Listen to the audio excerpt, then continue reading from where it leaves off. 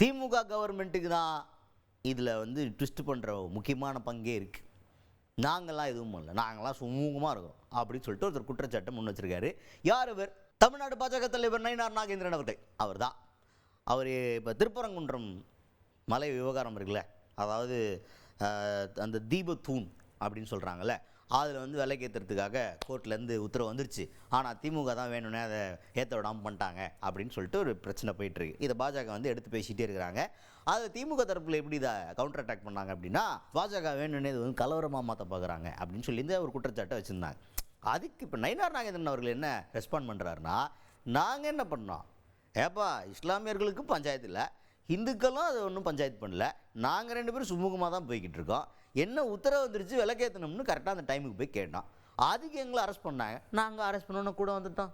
இதில் என்ன கலவரம் கலவரம்னு கலவரத்தை கிளப்புறது, கலவரத்தை பண்ணணும்னு பார்க்குறதே திமுக தான்பா அப்படின்ற மாதிரி ஒரு குற்றச்சாட்டை முன் வச்சிருக்காரு நயினார் நாகேந்திரன் அவர்கள். திருப்பரங்குன்றத்தில் வந்து வெகு நாட்களாக ஒரு வழக்கு, அதனுடைய தீபத்தூணில் விளக்கேற்றணும், விளக்கேற்றணும்னு சொல்லி தான் நீதிமன்றத்தில் வழக்கு இருந்தது. தீர்ப்பு வந்திருக்கு. தீர்ப்பு வந்து அந்த தீபத்தூணில் விளக்கேற்றலான்னு வந்து, இதுக்கு அருகிலே வந்து தர்கா இருக்கிறது, அருகிலேன்னா பக்கத்தில் இருக்கு. பட் எந்த இஸ்லாமியர்களும் அதுக்கு எதிர்ப்பு தெரிவிக்கிறார், இந்துக்களும் எந்த இஸ்லாமியர்களுக்கும் எதிர்ப்பு தெரிவிக்கிறார். இதில் மதம் சார்ந்த பிரச்சனை எங்கேயுமே கிடையாது. அவரவருடைய மதத்தினுடைய வழிபாடுகள் தொடர வேண்டும், அதுதானே தவிர வேற எந்ததும் கிடையாது.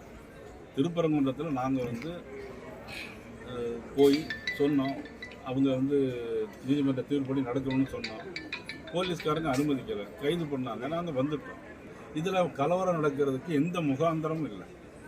ஆனால் கலவரம்னு சொல்லி கலவரத்தை தூண்டுறது நம்முடைய திமுகவினர் தான் தூண்டுறாங்க. அதுக்கடுத்துதான் ஆலயங்களில் வந்து சிறப்பு தரிசனம், விஐபி ட்ரீட்மெண்ட் அதெல்லாம் இருக்குல்ல, எல்லா கோயிலையும் நீங்கள் பார்த்துருப்பீங்க. சார் வழி விடுங்க அப்படின்ற மாதிரி முன்னே கூட்டிகிட்டு போகிறது, ஸ்பெஷலாக அவங்கள கவனிக்கிறது, இந்த மாதிரி சிபாரிசில் போகிறவங்க நிறைய பார்ப்போம் நம்ம. அந்த மாதிரி ஒரு ட்ரீட்மெண்ட் இருக்கிறத நீங்கள் எப்படி பார்க்குறீங்க அப்படின்னு கேட்குறாங்க. அதுக்கு வந்து நயினார் நாகேந்திரன் அவர்கள் என்ன சொல்கிறாருன்னா, விஐபி தரிசனம் அப்படின்னு சொல்லிட்டு ஒரு தனிநபருக்காக ஒரு சிறப்பாக ஒன்று பண்ணுறது அப்படின்றது ஏற்றுக்க முடியாது. ஒரு அமைச்சருன்ற பட்சத்தில் அவசரமாக அவருக்கு நிறைய வேலை இருக்கும், அதனால் அவர் க்யூவில் நிற்காமல் டக்குன்னு வேகமாக போய் சாமி கும்பிட்டு போகிறது அப்படிங்கிறதையும் தப்பு சொல்ல முடியாது, ஏன்னா ஒரு அமைச்சர். ஆனால் க்யூவில் நின்று சாமி கும்பிட்றதுக்காக உண்மையான பக்தியோடு நின்றுட்டு இருக்கவனை அசிங்கப்படுத்துறது இருக்குல்ல, அதுதான் கூடாதுங்கிறேன் நான் அப்படின்னு ஒரு விளக்கத்தை கொடுத்துருக்காரு நயினார் நாகேந்திரன் அவர்கள். எதுக்காக? இப்போ சமீபத்தில் கூட அமைச்சர் சேகர் பாபு அவர்கள் க்யூவில் நின்று ஒரு லேடி கூட கொஞ்சம் அப்படி தள்ளுமில்லை போச்சுல, சண்டையெல்லாம் ஆன மாதிரி ஒரு வீடியோ பார்த்துருப்பீங்களே, அதுக்கு பதிலடி தான் இது. அது என்னை பொறுத்த மட்டும் திருப்பதி தேவஸ்தானம் மிக நல்ல முறையில் பண்ணிட்டு இருக்கோம்.